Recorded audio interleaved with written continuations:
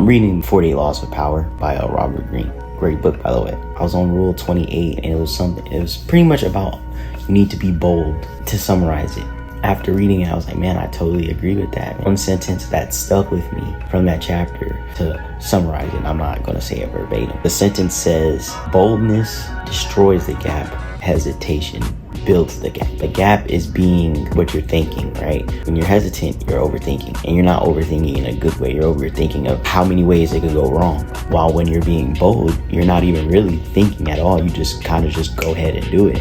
And that applies with anything. I think you should always be bold with your actions and your intentions. And I believe people respect you a lot more for telling them what you want and how it is than beating around the bush or just not saying how you feel at all. The recipe for doing anything successful in this life is you got to do it. You got to start. You got to take the action. When you take the action, you're already better than 95% of the people by just starting and by just doing it alone. You always can learn as you go.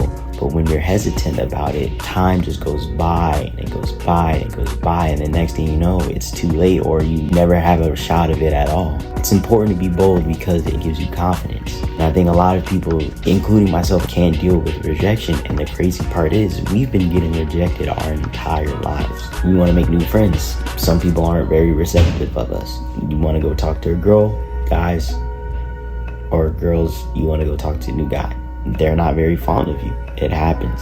That's rejection. Another way of rejection, we don't get the job that we want. We go through the interview process or anything, they send us the email, sorry, we've chosen another applicant. That's rejection. College, if you want to go to college, you don't always go to the school that you want. The thing is, that's never stopped someone who wanted to get a job, start a career in a certain path. Someone that wanted to go to college, getting rejected from different colleges hasn't stopped you from applying and then getting in. Getting rejected new friends hasn't stopped you from making new friends. Yeah, it could, fuck with your confidence and your self-esteem a little bit, but you're always going to make new friends. You're always going to meet new people. Honestly, if they really fuck with you, they'd fuck with you. If that place really liked you, you'd be there. Not everything is meant for everybody. When you're bold with your actions, when you're bold with your words, when you're bold with your intentions, at least you know, I'll let them know how I feel, and either they're receptive of it or they're not, and that's okay. At least you tried. The attempt will always be better than no attempts. You miss 100% of the shots that you don't take. I'd rather go 1 for 10 than 0 for 0.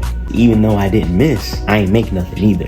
Damn, I might have been onto something right there. But anyway, man, it happens. Never be fearful of rejection. And this is someone that's kind of fearful of rejection myself.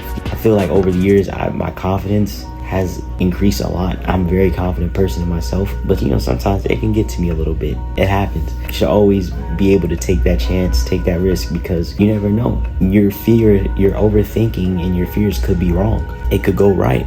But how could you know if it goes right or wrong if you don't attempt it in the first place? Always be bold, man. Don't be hesitant. Have that fear, but use that fear to motivate you. Use that fear to drive you to do instead of holding you back and overthinking. It'll limit you, and there are no limits. We're limitless. I hope y'all enjoyed that little spiel by your boy, man. Y'all take it easy. Happy 4th of July weekend. I know the U.S. is in a shambles right now, but shit, at least we got a 3-day weekend. Peace.